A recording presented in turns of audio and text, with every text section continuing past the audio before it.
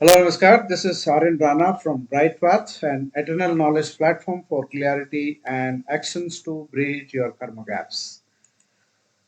आप सभी को गुड्डी पाड़वा और चैत्र नवरात्र की हार्दिक शुभकामनाएं। आज हम इस प्रोग्राम में कैलेंडर्स के बारे में बात करेंगे। कैलेंडर्स ने सभ्यताओं को आकार दिया है, सांस्कृतिक, आर्थिक और कृषि प्रथाओं का मार्गदर्शन किया है।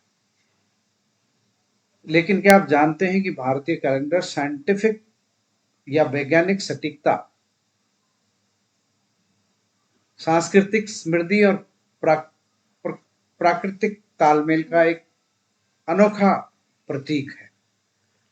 आज हम जानेंगे इस कार्यक्रम में कि यह सिर्फ एक समय गणना प्रणाली ही नहीं बल्कि भारत की उन्नत वैज्ञानिक विरासत का प्रमाण है।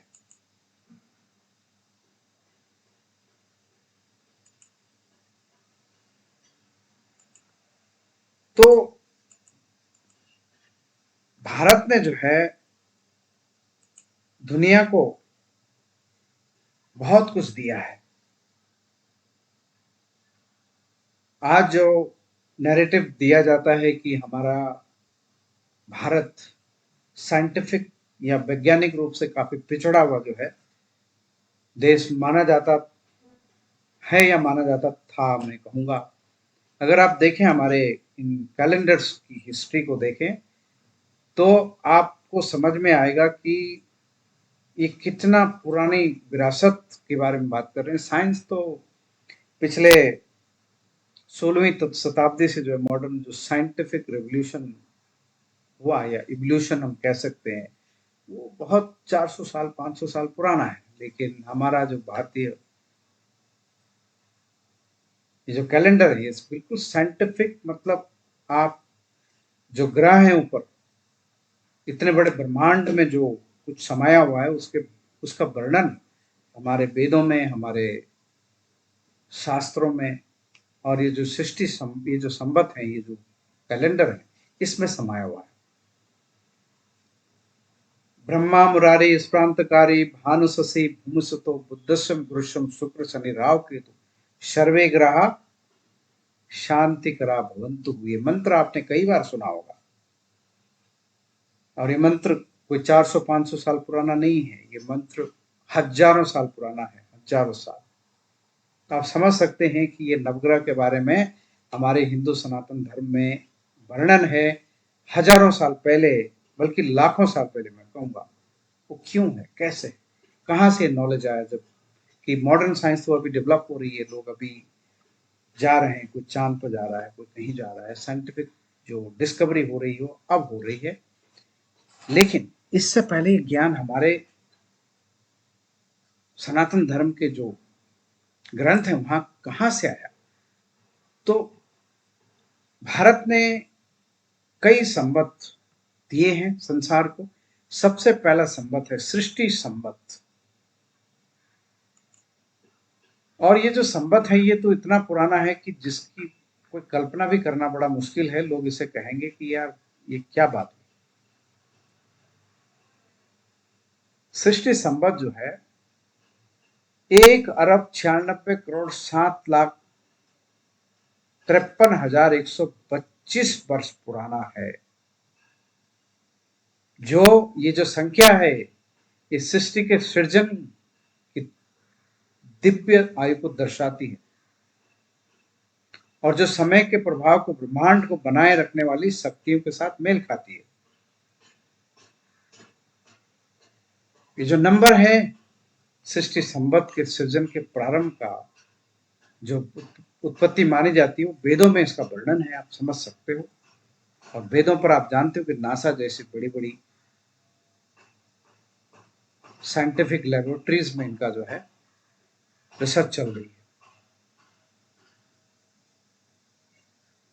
सृष्टि संवत जो है, जो भारतीय परंपरा के फॉलोअर्स उनको याद दिलाता कि समय केवल एक मानव निर्मित परिकल्पना नहीं है, बल्कि एक दिव्य चक्र है। आपको समझ में आना चाहिए, एक दिव्य चक्र है।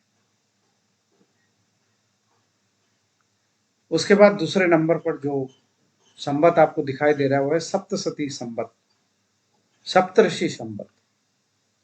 सप्तऋषि संवत जैसा कि आप, ये सब 7 जो ऋषि हैं हमारे, उनके ऊपर ये संवत क्रिएट हुआ है। अगर आकाश में आप देखेंगे, आपके हमारी दादी, हमारी नानी, हमारी माता जब समय देखते थे, पहले आसमान की तरफ देखते थे रात में, खासतौर पर उन्हें जो है ये 7 तारों का एक समूह दिखाई देता है। मेरी माँ उसे गुरमुड़ी कहा करती थी। तो वो पता लगा के बता देती थी समय अभी रात में इतने घंटे हो गए और इतने घंटे और बाकी हैं, उसको देख करके। उसके बाद का जो संवत है वो है कली संवत। कली संवत जो है एक प्राचीन कैलेंडर है जो इस कलयुग के शुरुआत के समय के प्रभाव को मापता है। और हिंदू ब्रह्मांड विज्ञान में अंधकार और पतन का युग जो है कलयुग को माना जाता है। युगों के पारंपरिक चक्र में चौथा और अंतिम युग है कलयुग। और इसमें जो है आध्यात्मिक मूल्यों की जो गिरावट है और भौतिकतावादी जो जो मनुष्यों के बीच बहुत ज्यादा भौतिकतावाद या मटेरियलिज्म आ गई है, उसका उसकी वृद्धि का प्रतीक माना जाता है।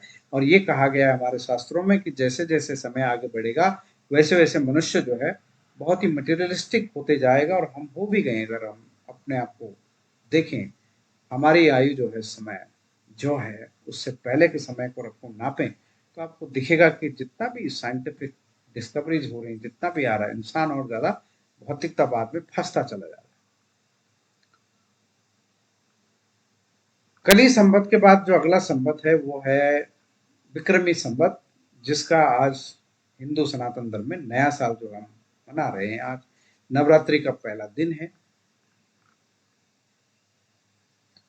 ये जो कैलेंडर है विक्रमी, ये सौर और चंद्र कैलेंडर को मिलाकर के जो है, प्राचीन जो सौर कैलेंडर था और चंद्र कैलेंडर को मिलाकर बना हुआ है। और इसकी जो उत्पत्ति है वो राजा विक्रमादित्य जो 57 ईसा पूर्व में की गई थी। ईसा पूर्व से 57 वर्ष पूर्व जो है इसकी स्थापना हुई थी। ये कैलेंडर चंद्र और सूर्य के संयोग से बना है जो महीने और वर्ष के हिसाब के समय मापता है।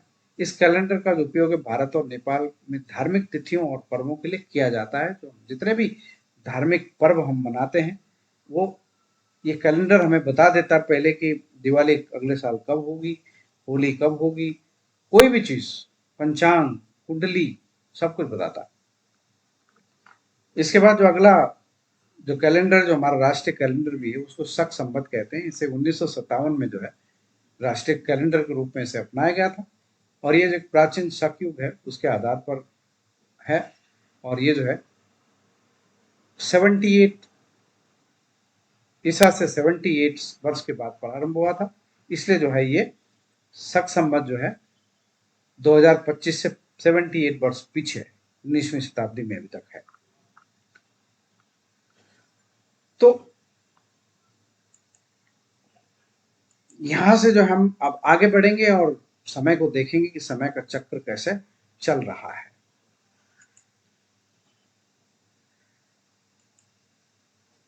अब हम जो है अपने जो हमारा जो इंडियन कैलेंडर है इसके साइंटिफिक सुपेरिटी के बारे में बात करेंगे।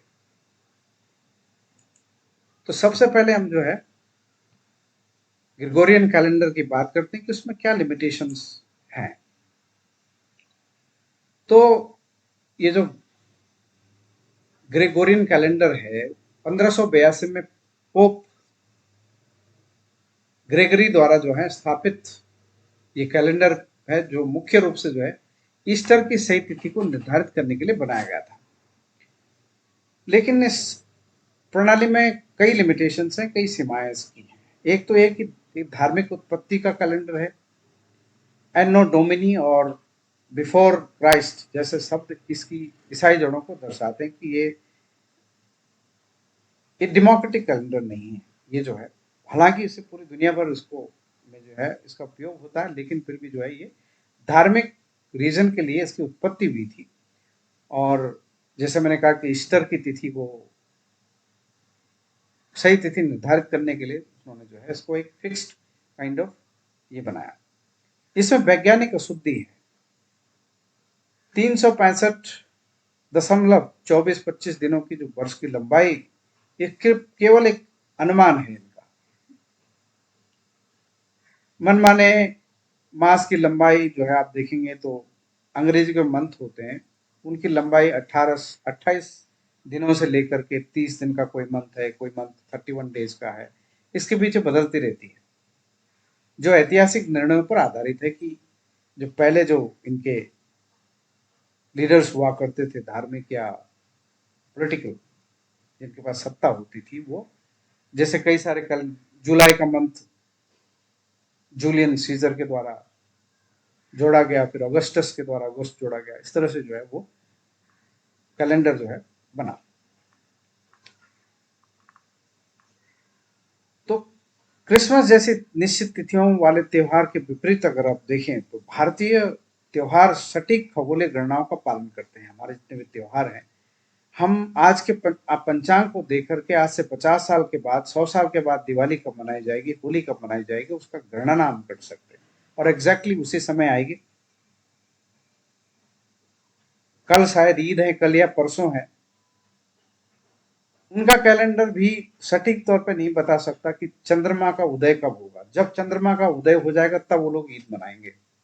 तो उनके पास में भी ऐसी कोई प्रणाली नहीं थी, ऐसी कोई सिस्टम नहीं था ये तय करने के लिए कि ईद कब मनाएंगे, क्योंकि उनके पास ज्ञान ही नहीं था, ग्रह नक्षत्रों का ज्ञान नहीं था। तो ग्रेगोरियन जो कैलेंडर है, उनकी जो भविष्यवाणियां होती, भविष्यवाणी करने में असमर्थ हैं वो, क्योंकि इन्हें प्राकृतिक चक्रों से ये असंगत है।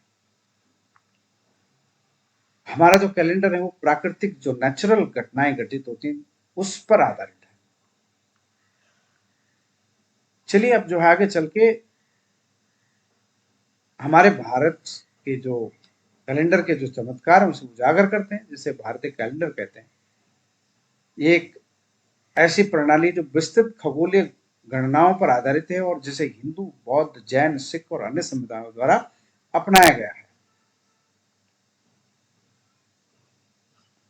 भारतीय कैलेंडर चंद्र और सौर चक्रों से को संतुलित करता है। एक माह चंद्रमा की गति से परिभाषित होती है। प्रत्येक तिथि व समय इसमें होती है।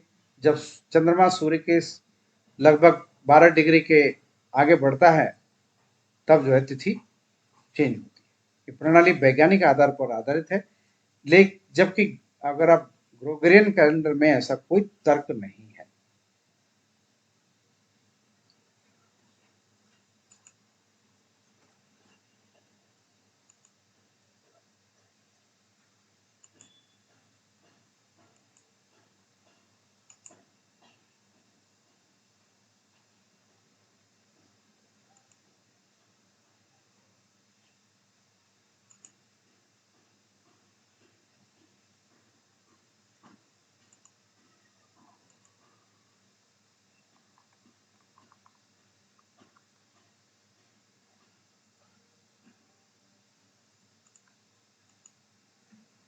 अब अगर देखिए, इंडियन साइंटिफिक कैलेंडर कैलेंडर एक साइंटिफिक मार्वल है ना, जैसे मैंने आपको बताया अभी।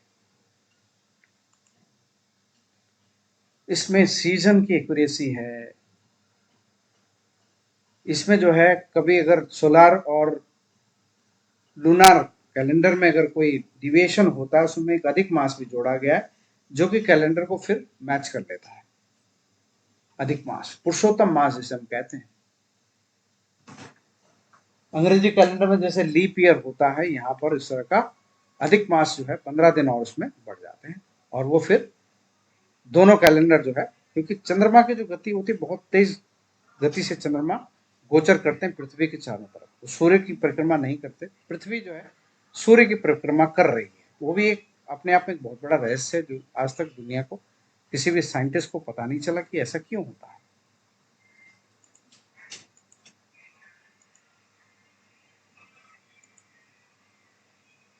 वर्ष को जो है कई सारी 6 ऋतुओं में विभाजित हमारे कैलेंडर में किया गया कृषि और जलवायु वास्तविकताओं के आधार पर सटीक तालमेल बना रहता है।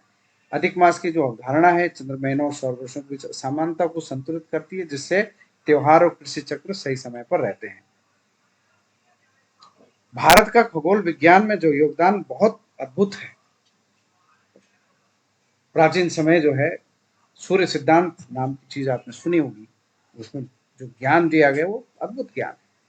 राहु और केतु जैसे सिद्धांत वास्तव में चंद्रमा के नोड्स को दर्शाते हैं, south node and north node. North जो है केतु है और साउथ जो है नहीं, सॉरी, नॉर्थ जो है वो राहु है, साउथ नोड जो है वो केतु है, जो ग्रहणों की भविष्यवाणी में महत्वपूर्ण भूमिका निभाते हैं कि कब जो है चंद्रमा सूर्य ऐसी स्थिति में आएंगे जब अंधेरा छा सकता है, ग्रहण लग सकता है। और आज भी पंचांग के माध्यम से खगोलीय घटनाएं, मानसून चक्र और कृषि परिवर्तनों का पूर्वानुमान लगाया जाता है हमारे देश में, आसानी से काम हो जाता है।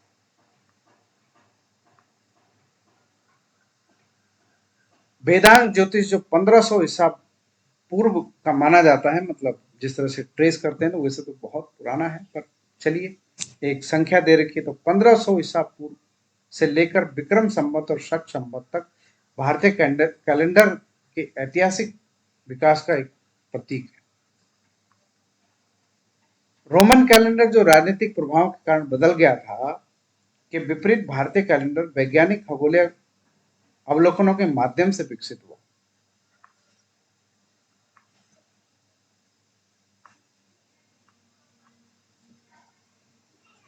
और बावजूद इसके फिर भी जो है हमारी जो वैज्ञानिक सटीकता के बावजूद भारतीय कैलेंडर को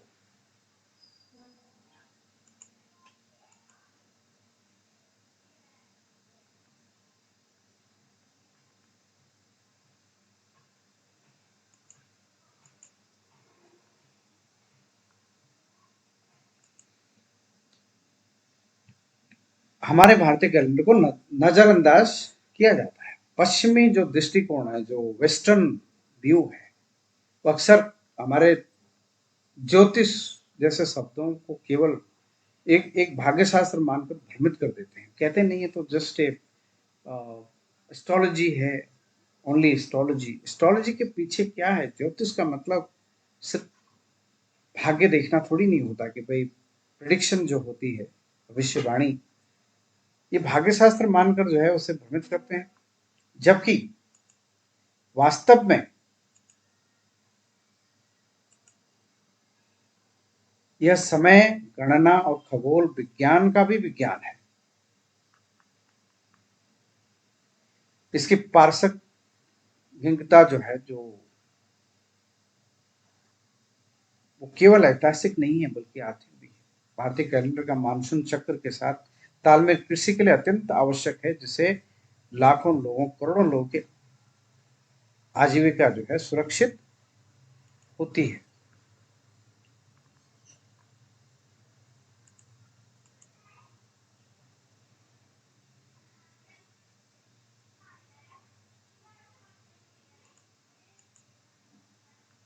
तो अब इसको रिवाइवल कैसे हुआ है? 1957 में मेघनाथ साहा ने, उनके नेतृत्व में बनी कैलेंडर सुधार समिति की बैठक में जो है 1957 में जो है कैलेंडर को मानकीकृत करने का प्रयास किया, लेकिन इसका पूरा लाभ अभी तक उठाया नहीं गया है।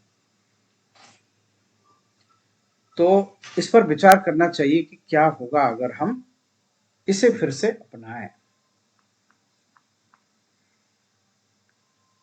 इसका पुनरुद्धार भारत की सांस्कृतिक जो विरासत को संरक्षित कर सकता है, कृषि योगदान को बढ़ा सकता है और वैज्ञानिक साक्षरता को प्रोत्साहित कर सकता है।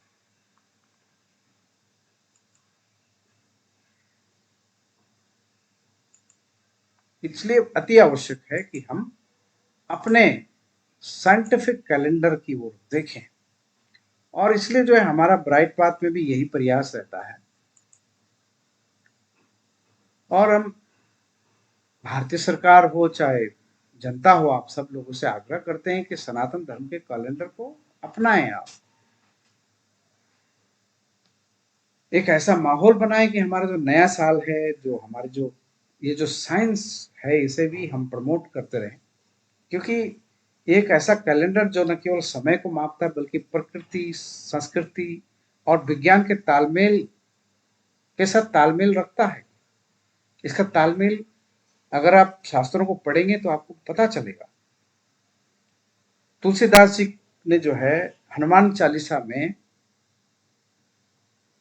एक मंत्र दिया है, जिसमें उन्होंने पृथ्वी से सूर्य की दूरी को जो है मापा है, कितनी दूरी है इसको बताया है।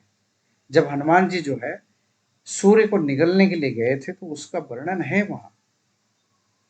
जुग सहस्त्र जोजन पर भानु लील्यो ताहिर मधुर फल जानो, ये जो मंत्र है ये बताता है भाई साहब कि यहाँ की यहाँ से दूरी, सूर्य की कितनी दूर पर सूर्य स्थित है, और एकदम साइंटिफिकली एक्यूरेट वो ज्ञान है। तो कहाँ से आया?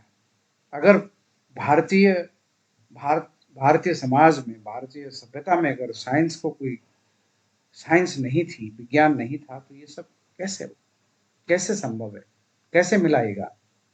इसलिए हमें अपनी समृद्ध विरासत को पुनः प्राप्त करने की कोशिश करनी चाहिए और इसे हमें पर्याप्त सम्मान देना चाहिए, क्योंकि समय केवल कृष्णों का एक अंक नहीं है, ये एक ब्रह्मांडीय नृत्य है।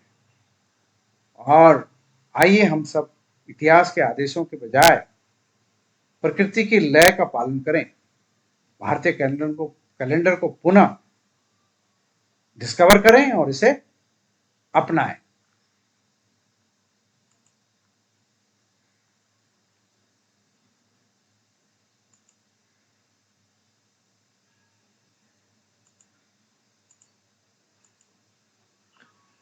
तो ये देखिए, ये नवग्रह है, नवग्रह का जो है ये ब्रह्मा मुरारी स्वांतकारी भानुशसी भूसुतो बुद्धशम गुरुशम शुक्र शनि राव को तो सर्वे ग्रह शांति ग्रह भवन्तु। अब समझिए आप कि हमारा सनातन धर्म जो है विज्ञान से परिपूर्ण है।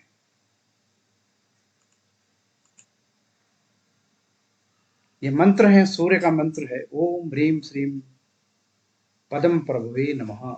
इसका जाप करें आप। इन मंत्रों के जाप करके आपको और नॉलेज की प्राप्ति होगी, ज्ञान की प्राप्ति होगी। ज्ञान जो है वो तब प्राप्त होता है जब व्यक्ति इसके लायक बनता है, पवित्र बनता है। इस ज्ञान को धारण करने के लिए हमें पवित्रता की आवश्यकता है। हमारा मन पवित्र होना चाहिए, हमारे अच्छे कर्म होने चाहिए, हमारी सोच और बुद्धि भी अच्छी होनी चाहिए। आपका बहुत बहुत धन्यवाद इस कार्यक्रम से जुड़ने के लिए। आपको फिर से जो है नववर्ष की हार्दिक शुभकामनाएं। और गुड्डी पाड़वा और नवरात्रि, 9 जो रातें हैं, 9 नंबर का बड़ा ही घनिष्ठ संबंध है हमारे प्राचीन भारतीय सभ्यता से। नवरात्रि, नवग्रह, है ना, 9 महीने बच्चा पेट में रहता है, तो आप समझ सकते हो कि सब कुछ यहाँ नेचुरल है, सब कुछ साइंस है।